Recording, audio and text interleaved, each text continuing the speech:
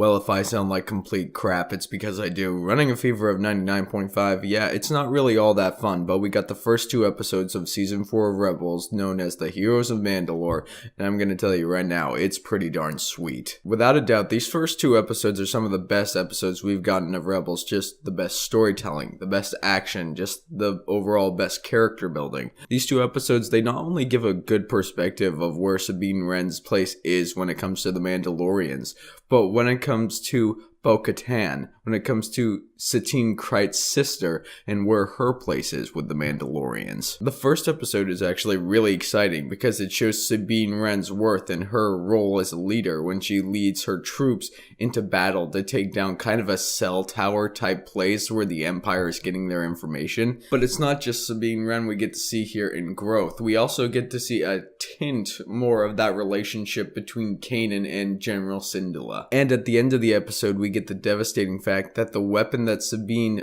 built for the Mandalorians that we've been hearing about since season 1 has actually been rebuilt from the prototype form and is being used against the Mandalorians with devastating results. And before I go any further in describing the second episode, if you couldn't already tell, this video is going to be spoiler filled. Now, while I can happily admit that I loved episode 1 of the Heroes of Mandalore, I think episode 2 might be my favorite episode in Star Wars Rebels history as far as character development is concerned. Because as soon as Sabine sees the destruction, you see how the weapon that Sabine built back in the day was used to lock onto Mandalorian armor, and it's used to vaporize the Mandalorian warriors. It's dark and it's deadly, but more importantly, it's a really good tool to show just how much Sabine grown as she has gotten older. And one thing I am so happy to see in this episode is that even though he wasn't in it for very long, Grand Admiral Thrawn is back, and it looks like he's going to be a major player in this season. Just in this one little clip that shows how happy he is with the weapon and how he wants Sabine Wren to be working for the Empire. And now I guess I should get into my negatives, because I can talk all day about how I love these episodes and how the relationship between the characters and the character building and everything in the episodes are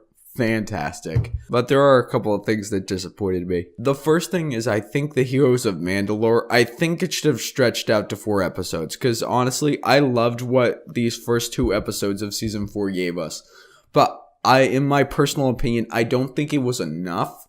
The war against the Empire is so great, and we saw from the build-up in season 3 that the war within the Mandalorian culture is vast, especially since some particular members of the Mandalorians have left to join the Empire. I think the first 2 episodes that we got are fantastic. However, like I said, I would have liked to have seen it stretched out to 4 episodes just so we can get some more depth, and really, I would have liked to see how devastating this weapon truly could have been, because it was devastating in this episode, but I would have liked to have seen it kind of like the Death Star in Rogue One, used in a much larger scale. And my second big issue is the whole idea of consequences, because at the very end of Heroes of Mandalore episode 1, you are given the idea that Sabine's mother and her brother have been killed by this devastating weapon, and it leaves you thinking that at the end of the episode. But skip forward into the Heroes of Mandalore part 2, it just deep sixes that idea,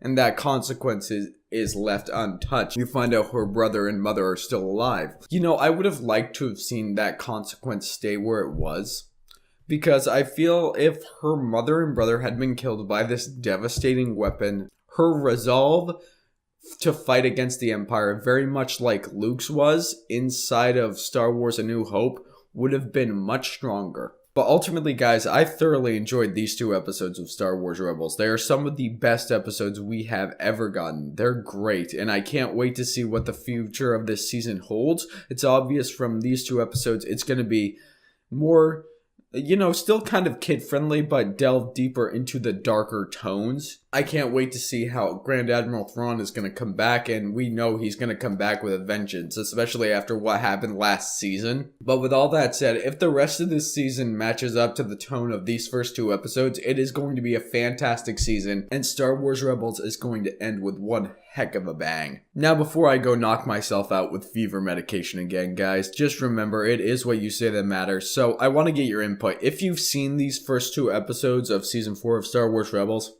What did you think of them? Do you think the consequences landed? Do you think the episodes unfolded as they should have? What are your pros and your cons about the Heroes of Mandalore? Whatever you may think, leave those comments down below telling me your thoughts. And as always, I hope you have a fantastic rest of your day. May the Force be with you, and I'll see you all next time.